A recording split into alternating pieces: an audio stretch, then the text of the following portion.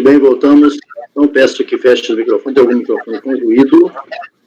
O Marco, temos uma vista em mesa aí. A Paula voltou agora. Temos um processo com vista em mesa. Tem um microfone aberto, gente, dando ruído aqui. Marco, você quer se manifestar a respeito daquele processo? Pagano, acho que o microfone aberto é o seu aí. Tem um microfone aberto. Tá. O presidente, é o seguinte, presidente, colegas, o processo de item 70, que há pouco eu relatei, a princípio é uma coisa que a gente até me preocupou. Eu tenho por hábito, e presumo que a DRJ também tem o mesmo hábito, né, de baixar os arquivos para depois trabalhar offline, ou seja, não precisar ficar dependendo do processo online. Aparentemente, por algum motivo técnico ignorado nesse primeiro momento, a manifestação de conformidade do contribuinte, quando ela é gerada, impressa, ela fica em branco, ou aparece só aquelas instruções lá iniciais. Mas quando tu abre ela na tela do e-processo e abre aquele arquivo na web ali, na página da web, antes de virar PDF, aparece o seu conteúdo. Então, uma coisa que é um problema técnico do e-processo, então eu vou relatar, eu vou mudar meu voto, eu vou relatar isso, vou devolver, vou comentar, vou jogar as duas telas lá, vou devolver para a DRJ, para superar o não conhecimento anterior, pelo detalhamento técnico que eu vou expor, e apreciarem, e também eu vou encaminhar para ver se para alguém do e-processo, alguém do suporte do próprio CARF, que encaminha para alguém do e-processo, para relatar que aconteceu isso, para evitar, para ver o que aconteceu, para não ser algo que eventualmente aconteça em outras circunstâncias, né? Que é o que me preocupa mais. Então, eu vou mudar meu voto para dar provimento parcial, devolvendo a DRJ para superar o não conhecimento e analisar as alegações do contribuinte em virtude da constatação da falha técnica no sistema e-processo. Perfeito. Alguém tem dúvida? Acho que ficou bem claro isso, né, que houve um problema técnico, realmente, e o processo tem que ser analisado pela DRJ. Então, provimento parcial, determinando que se volta a DRJ para analisar a impugnação, a manifestação de conformidade, julgamento encerrado, seguindo item 78, pagando a sua relatoria Unimed. Já está na base, vamos lá, presidente. Trata-se de recurso voluntário, faço o acordo proferido pela delegacia, que decidiu manter o não reconhecimento da parte do crédito de R-Fonte de cooperativa dos anos 2002 e 2003 pelo R-Despacho. O presente processo tem as seguintes pérdidas de compras abaixo relacionadas, nos quais a interessada declara a extinção de débitos, nos valores neles discriminados, com crédito de período dos anos calendário 2002 e 2003, decorrente de retenção na fonte do imposto de renda efetuados pelas suas fontes pagadoras. Aqui estão as figuras abaixo. Encontram-se nos autos os termos de intimação de folhas 3/2007 da Saort, onde solicita comprovantes de rendimentos pagos e de retenção na fonte dos anos calendários 2002 e 2003, que serviram de base para a composição do crédito R-Fonte formada na DICOMP. Em seguida, a recorrente apresentou resposta de folha 431, encaminhando relatórios onde indica que foi retido o imposto, mas não apresenta qualquer documento para comprovar as retenções ou lastrear as informações apontadas no relatório elaborado por ela. Em consequência, foi exarado o despacho decisório, que reconheceu parcialmente o crédito comprovado por meio das DIRFs, no montante de 16.377,51 em 2002 e 108.413,24 em 2003, da qual se extrai. Eu vou permitir pular aqui o despacho, a cópia da parte... Pode resumir, Paulo. Isso.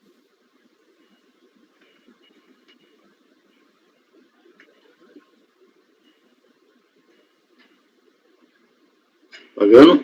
Eu estou seguindo, presidente. Cientificado do despacho, a recorrente ofereceu impugnação, sem acostar qualquer documento, e com as seguintes razões, que eu também vou permitir pular, que faz parte aqui do relatório apenas. Em seguida, a DRJ proferiu acórdão recorrido, mantendo os pais decisórios em seus termos, tendo em vista que a recorrente não conseguiu comprovar o restante do crédito de fonte cooperativa por meio dos documentos requisitados pela fiscalização. No caso, era informe de rendimentos. Ou seja, não entregou os informes de rendimento e também não constava em DIRF valores, tendo ela como beneficiária da retenção. Conformado a recorrente interpôs recurso voluntário, represando os mesmos argumentos, em seguida veio ao CARF os autos. Passa ao voto. O recurso voluntário é tempestivo e possui os requisitos previstos na legislação, motivo pelo qual deve ser admitido. A matéria dos autos trata sobre uma parcela do crédito de fonte cooperativa que não foi reconhecido pelo despacho decisório, mantido pelo acordo recorrido, tendo em vista a falta de comprovação de sua existência, ou seja, de sua certeza e liquidez. Conforme relatado, a recorrente apresentou defesa e recurso contra a homologação parcial da compensação declarada por meio das ICOMPs listadas no início do despacho decisório, nas quais foi apontada a fonte cooperativas dos períodos de apuração 2002 e 2003. Pois bem, inicialmente, entendo ser importante ressaltar que a pessoa jurídica que efetua o pagamento à sociedade cooperativa pela retenção de serviços pessoais por parte dos respectivos cooperados deve efetuar a retenção do imposto da renda na fonte. Aqui entre parênteses, a alíquota passou de 5% para 1,5% a partir de 1º de janeiro de 95 por força do artigo 64 da Lei 8.981 de 95. Pois bem, os valores retidos são compensáveis por parte da cooperativa, no caso recorrente, na ocasião da retenção do imposto de renda incidente na fonte sobre os pagamentos a serem efetuados às pessoas físicas dos cooperados. Se fim do ano calendário e remanescendo só do credor em favor da cooperativa, tais valores são restituíveis e compensáveis a partir da sociedade mediante procedimento formalizado nos termos da legislação em vigência. Aqui eu estou lendo a Lei 8.541 de 92, que foi alterada pela 8.981 de 95, pelo artigo 64, eu colacionei os dispositivos, aí estou colacionando a Instrução Normativa 600 de 2005. Aí eu vou fazer a leitura novamente. O artigo 26, parágrafo 1º da Instrução Normativa 600 de 2005, citada no dispositivo acima transcrito, assim dispõe quanto ao meio a ser utilizado para a compensação de R-fonte, incidente sobre pagamento efetuado à cooperativa de trabalho, tratada nos presentes autos. É para falar que tem que ser feito por meio de perdicomp, etc. Acabamos de ver isso. Isso.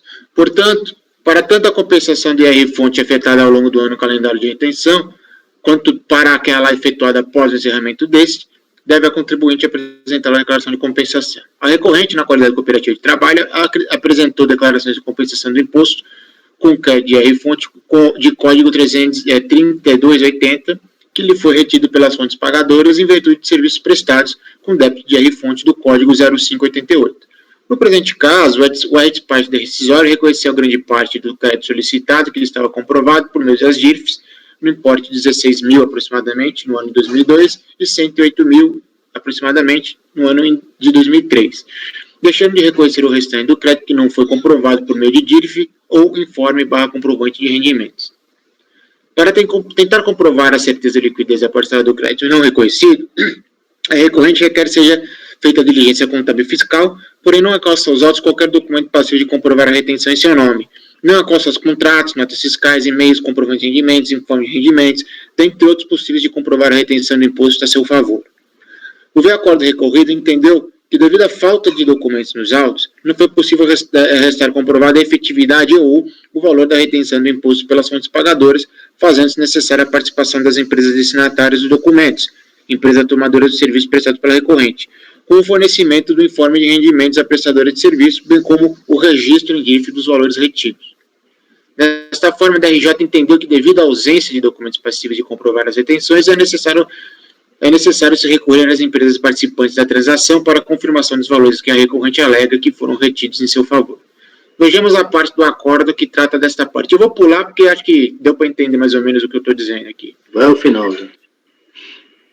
Ou seja, o acordo recorrido entendeu que é necessário apresentar um informe de rendimento ou DIRFs para comprovar o crédito de R-fonte, não admitindo outros meios de provas para se comprovar o crédito de R-fonte. Apesar de particularmente entender que a prova do crédito de R-fonte não se faz exclusivamente com a apresentação de informe de rendimentos e as DIRFs, conforme preconiza o verbete da súmula 143, no presente caso, a recorrente não acostou aos autos qualquer documento, mesmo contábil ou fiscal, para tentar comprovar as retenções a seu favor, apenas repetindo a alegação em seu recurso de que é necessária a produção de diligência para provar que tem direito ao crédito. Ademais, a recorrente sustenta seu recurso que encontra dificuldade em obter as provas exigidas no VEA-COR recorrido de terceiros sobre os quais não possui qualquer ingerência, configurando-se tal exigência em imposição e produção de prova impossível, e por isso não apresentou nos autos tais provas. No meu entender, não assiste razão à recorrente. Eis que, apesar do VEA-COR recorrido e o disparo decisório ter continuado o crédito à apresentação de provas cuja emissão não é de sua responsabilidade, ela poderia ter apresentado aos autos outros documentos passíveis de comprovar a retenção do imposto. Ou seja, entendo que a prova do crédito à fonte não se faz exclusivamente com a prova de informe de rendimentos ou com as GIFs, mas a recorte deveria trazer aos autos outros meios de prova admitidas em direito para tentar comprovar a retenção do imposto. Poderia juntar aos autos as faturas e as notas fiscais, títulos a receber, títulos recebidos por datas, relações bancárias, entre outros. Assim como não trouxe aos autos qualquer documento substituto à DIRF ou a informe de rendimento, entendo que a despacho e o acordo de recuo devem ser mantidos. Pelo exposto por tudo que consta processar nos autos, voto por converter o julgamento do recurso voluntário. Desculpa, presidente, aqui está errado. Conheço do recurso e nego provimento. É como eu voto. Você está negando o provimento ou convertendo diligência? Negando provimento. Alguém quer se manifestar? Não, o fundamento dele faz todo o sentido de negar provimento. Eu tinha aquela última frase ali, né? Mas não. O fundamento todo é para negar provimento. Acompanhe. Alguém mais quer se manifestar?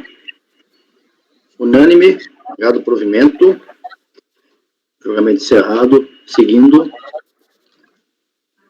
E tem 4 da manhã, nós terminamos. Não, tem mais um. Paula, sua relatoria.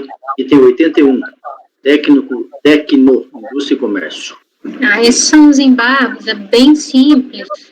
Gente, tem o microfone aberto, não sei de quem é, mas tem que fechar. É o meu, presidente, eu não vi aqui. Pronto. Pronto, Paula. Bom, nesse... deixa eu ver aqui. Vou direto pro... Na verdade, não são embargos, não. Esse aqui é um caso que a gente até julgou antes e existiam vários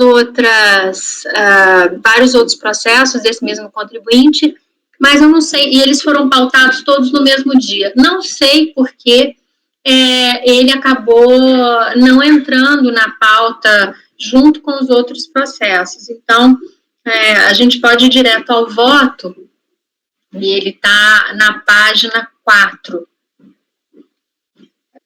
Eu já começo aí pela análise do mérito.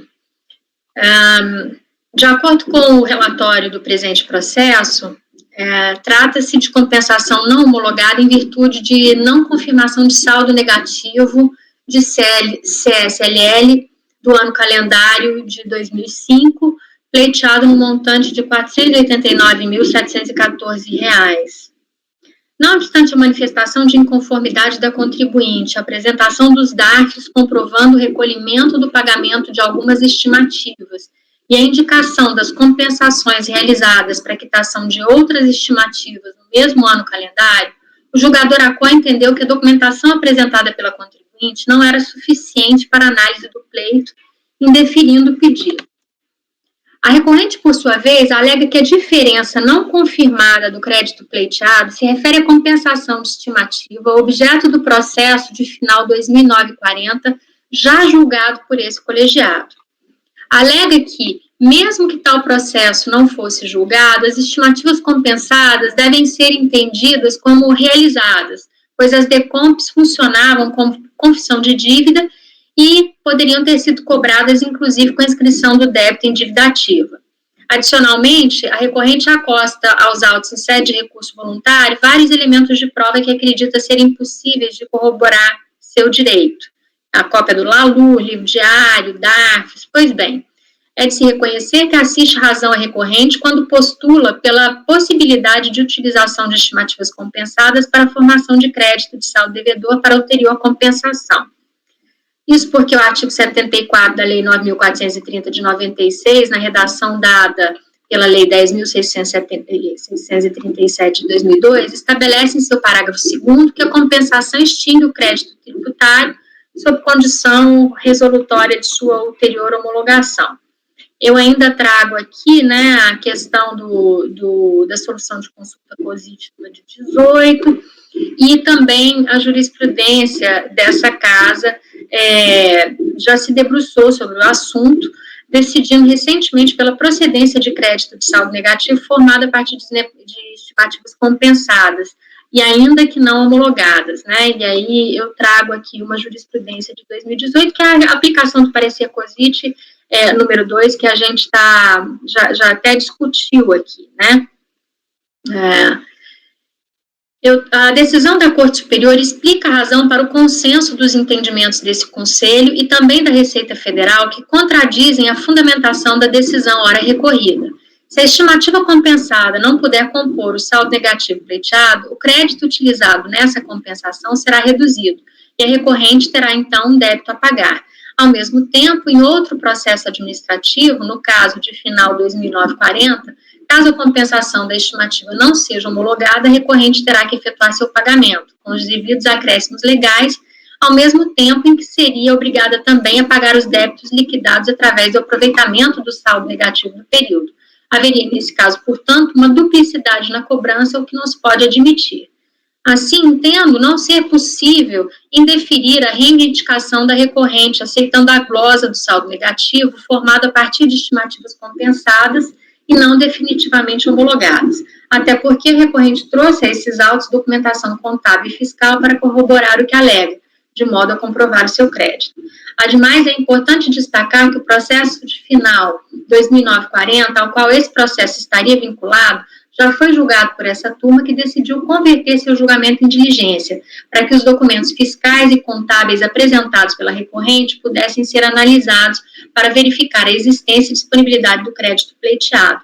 Por esse motivo, não vislumbro qualquer prejuízo ao fisco provimento desse recurso voluntário nos termos do voto acima e, portanto, eu voto por dar provimento ao recurso voluntário. Esse caso aqui, eu até vou chamar a atenção, foi um dos primeiros casos, né, quando eu ainda não tinha muito a opinião formada para a aplicação do parecer COSIT número 2, a solução de consulta número 18, e aí a gente debateu muito esse processo, inclusive no julgamento desse caso, e naquele momento a gente decidiu por converter o julgamento em diligência e não aplicar o parecer. E aí depois eu dormi em cima do processo e mudei meu entendimento, entendendo que é um procedimento que a própria Receita orienta a ser aplicado, né, e faz muito sentido por diversas coisas que a gente já discutiu aqui em outros casos. Então, nesse caso, eu estou admitindo a compensação, né, a formação do crédito por estimativas ainda que não homologadas nos outros processos, aplicando-se o parecer COSIT número 2 e a solução de consulta número 18.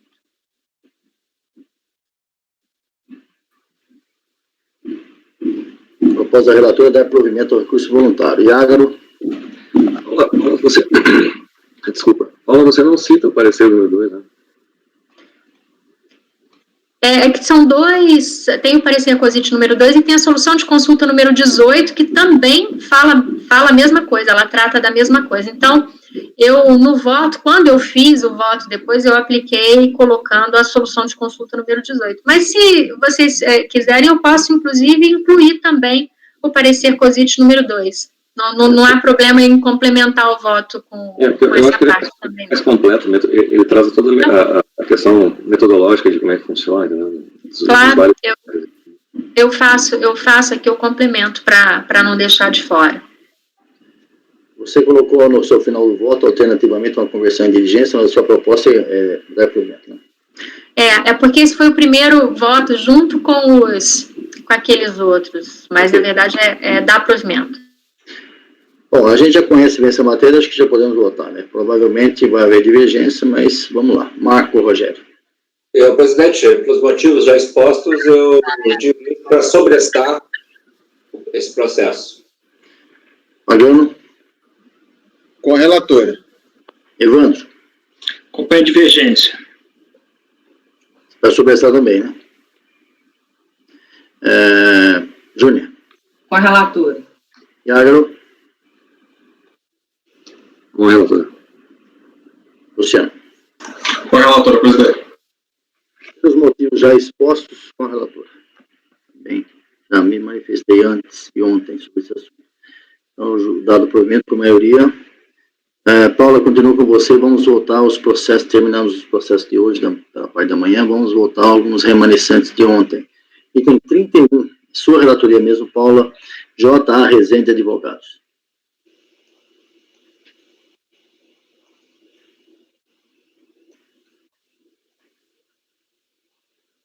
Paulo. Desculpa, estou só abrindo o voto aqui.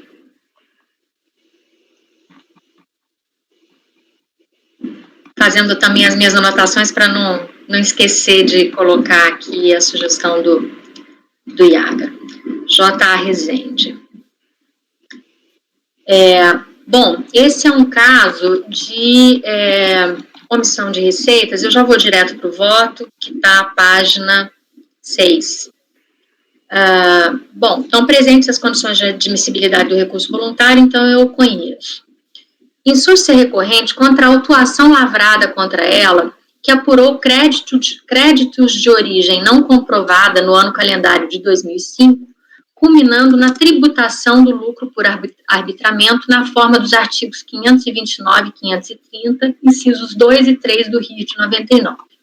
A recorrente reconhece que, embora esteja correto o arbitramento do lucro, vez que não apresentou a escrituração regular do livro caixa, ou livro caixa, entende que a base de cálculo utilizada para apuração do imposto cobrado foi estabelecida de modo incorreto, posto não ter sido levado em consideração os esclarecimentos prestados e documentos juntados, no sentido de que a maior parte das entradas de valores nas contas correntes da impugnante, é porque eu estou transcrevendo, né, eram receitas de terceiros que foram repassadas aos clientes, o que passou despercebido pela fiscalização a quem caberia essa providência. Então, nas palavras da recorrente. Dessa forma, o que se analisa nesse recurso voluntário não é a possibilidade de arbitramento do lucro para sua tributação, mas sim o valor da base de cálculo apurada para cálculo dos tributos lançados.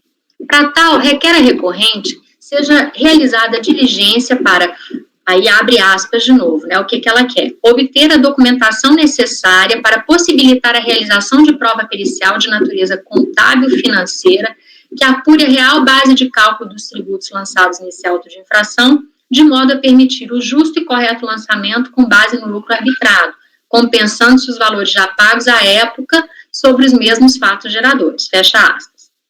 Ocorre que, conforme destacado no termo de verificação fiscal, as folhas 1114, durante todo o procedimento fiscal, a recorrente foi intimada por diversas vezes a apresentar os livros contábeis e comerciais obrigatórios, bem como diversos documentos que comprovassem a origem dos depósitos bancários realizados em suas contas correntes. Em resposta, foram apresentados sucessivos pedidos de prorrogação de prazo para atendimento à fiscalização, os quais foram todos concedidos, conforme se verifica pela planilha abaixo. Então, eu colo aqui as datas das solicitações e todas as prorrogações concedidas. No entanto, passados mais de 560 dias após a primeira intimação, a recorrente não logrou apresentar os livros comerciais e fiscais obrigatórios e a documentação suporte para que fosse auditada a origem da movimentação financeira, o que acarretou a lavratura do termo de embaraço à ação fiscal, que está lá as folhas 14 e 15. Quanto à apuração das saídas nas contas correntes da recorrente, embora a recorrente tenha apresentado contratos celebrados com clientes, não foi capaz de demonstrar quais dos depósitos seriam referentes a cada contrato. Ademais, em seu recurso voluntário, apesar de fazer alusão aos documentos acostados aos autos que se consubstanciariam em, abre aspas, prova inequívoca de que a maior parte dos valores movimentados pela recorrente foram repassados aos seus clientes, além das transferências para a mesma titularidade, fecha aspas, não apontou quais seriam esses documentos. Mesmo assim, o resultado da auditoria realizada considerou justificadas as seguintes receitas e que foram excluídas da base de cálculo para apuração dos tributos. Aí eu trago, né, as receitas que foram excluídas.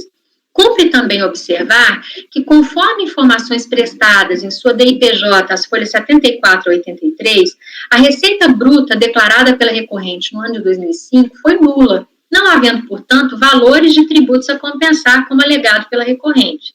É certo que o princípio da verdade material impõe à administração pública o dever de investigar as circunstâncias em que determinado fato ocorreu, e, ao mesmo tempo, ao contribuinte o ônus de provar o que alega nos termos do artigo 36 da Lei 9.784 de 99. Ora, tendo sido solicitado por diversas vezes apresentar provas de que a receita arbitrada consistia em receitas de terceiros e não tendo feito, apesar das diversas oportunidades oferecidas, como já visto, não há que se prover o pedido de realização de diligência efetuado pela recorrente. Ressalta-se que, nos termos do artigo 16, parágrafo 4 do Decreto 7.235/72, não se vislumbram nesses autos quaisquer indícios que pudessem justificar a realização de diligência ou a concessão de mais prazo para apresentação da documentação necessária para possibilitar a realização de prova pericial, conforme requer a recorrente. Trago aí o artigo. Diante do exposto, eu voto por negar provimento ao recurso voluntário. Paula, escritório de advocacia, né, é bem comum que aconteça exatamente o que o contribuinte alegou aí, mas ele não trouxe nada que mostrasse isso? Nada, ele teve, foram várias intimações, várias feitas pela fiscalização. Como eu disse, aí mais de 560 dias, ele ficou pedindo, preciso de mais informação, mais prazo, eu preciso, e não apresentou. Teve até um termo de embaraço à fiscalização aí, porque a fiscalização, na minha opinião, foi até condescendente, porque deu várias oportunidades para ele apresentar a documentação. Tá bom. Alguém tem algum questionamento? Negado o provimento, unânime, julgamento encerrado, item 31. Continuando, deixa eu fazer uma colocação para a Paula e para o Luciano. Paula, esse último processo, não esse agora, que nós acabamos de julgar, o item 81, o valor que foi questionado lá, que foi aceito, que o Marco e o Evandro tiram para sobrestar, eu costumo colocar o valor do direito creditório que o contribuinte está requerendo aqui. O valor que eu achei nos autos foi 489.714,97. É esse o valor, porque aí vincula essa decisão a esse valor, senão fica muito vago. Ele está pleiteando, na verdade, ele requer o reconhecimento do direito creditório de R$ 1.399.113,03. Para compensar. E quanto que você está reconhecendo aqui? Você quer que eu coloque a comprovação das estimativas compensadas no valor de R$ 489.714. O que eu quero saber é o seguinte, o que é que nós estamos dando para o contribuinte como confirmação do saldo negativo de CSL do ano calendário 2005 que ele possa utilizar para compensar o que ele achar que pode compensar? Porque senão é muito vago isso aqui. Claro, o meu voto aqui foi só no sentido de que a decisão da DRJ, como não reconheceu as compensações das estimativas, reconheceu o pagamento, mas não reconheceu as estimativas compensadas, eu estou dizendo que essas estimativas, mesmo que não homologadas, elas elas componham um saldo negativo. Eu posso deixar isso mais claro, né, porque é esse valor de 487 mil. Como eu vou já incluir a questão do parecer COSIT número 2, né, como o Iago solicitou, eu posso deixar isso bem claro que a gente está tratando disso, desse valor.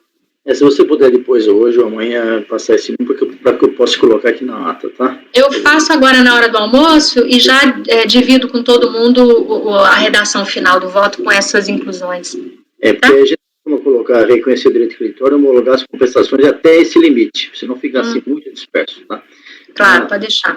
Também tem uma situação, Luciano, que ficou pendente ontem, que você vê aquele caso que o Iago tinha pedido vista, só aquele passivo fictício lá e ficou pendente um valor de você passar para mim. Se você puder verificar também, eu agradeço. Tá? Agora presidente, eu já verifiquei. Hospital Maternidade São Leopoldo. Isso, é o item 30, é a volta de vista ao Hospital Maternidade. Eu já verifiquei e já coloquei, inclusive, na pasta. O valor é de 788.847,73. Mas já está lá na pasta atualizado.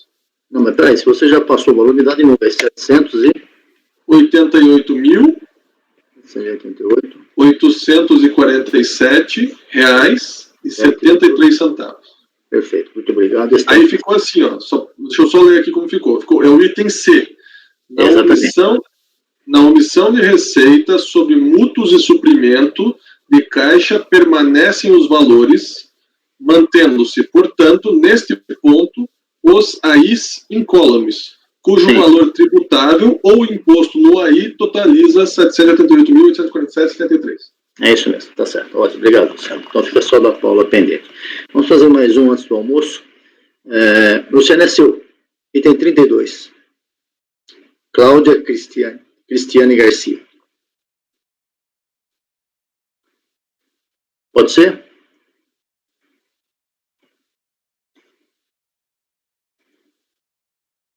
Ok, Luciano? Pode ser? Pode ser. Então, vamos lá. Item 32. É o item 32. Assim, vamos lá. É um recurso voluntário.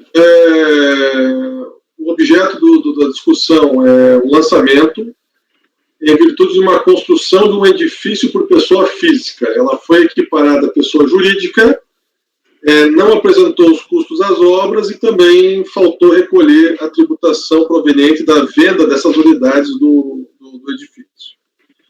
Ela apresentou impugnação contra o lançamento, alegou, basicamente, cerceamento de defesa, pois teve acesso ao processo de forma restritiva.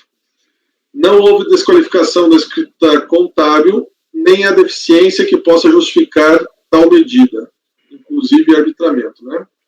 O fiscal teria analisado apenas a contabilidade a partir de 2005, sendo que os principais gastos da obra se deram entre 2002 e 2004.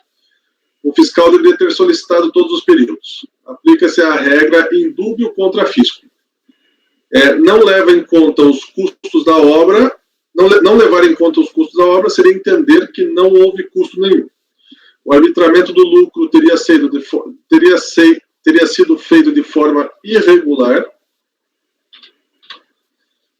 O artigo 534 do RIR 99 deveria ser analisado em conjunto com o artigo 539, também no mesmo regulamento, aplicando-se a alíquota que leva em conta o lucro presumido. Essa questão do arbitramento. Seria confiscatória a cobrança e a forma que ela foi estipulada, uma vez que o rateio dos custos foi feito de forma igualitária entre as unidades do edifício, mas tais unidades têm tamanhos e valores diferentes. A DRJ, ela foi pela procedência parcial. A DRJ entendeu que não houve cerceamento de defesa, o arbitramento do lucro foi feito de maneira adequada, não foram apresentados custos pela obra, né? A contribuinte não apresentou os custos, as notas, os comprovantes, inclusive a contribuinte afirmou que não tinha documentação referente a esses custos. A DRJ entendeu que o artigo 534 do regulamento 99 deve ser aplicado isoladamente, pois ele é específico ao caso, e não em conjunto com o 532. O confisco não pode ser analisado, por ser análise de controle de constitucionalidade de lei. E quanto ao rateio linear, foi essa parte que a DRJ reformou, quanto ao rateio linear, a contribuinte tem razão, segundo a DRJ, devendo ser alterada a forma de cálculo e devendo reduzir o lucro arbitrado de alguns valores e aumentados outros, mas os aumentados foram desconsiderados pela DRJ. Aí, no recurso voluntário, ela reitera os termos da impugnação, alega que houve contradição, houve infração contraditório em ampla defesa,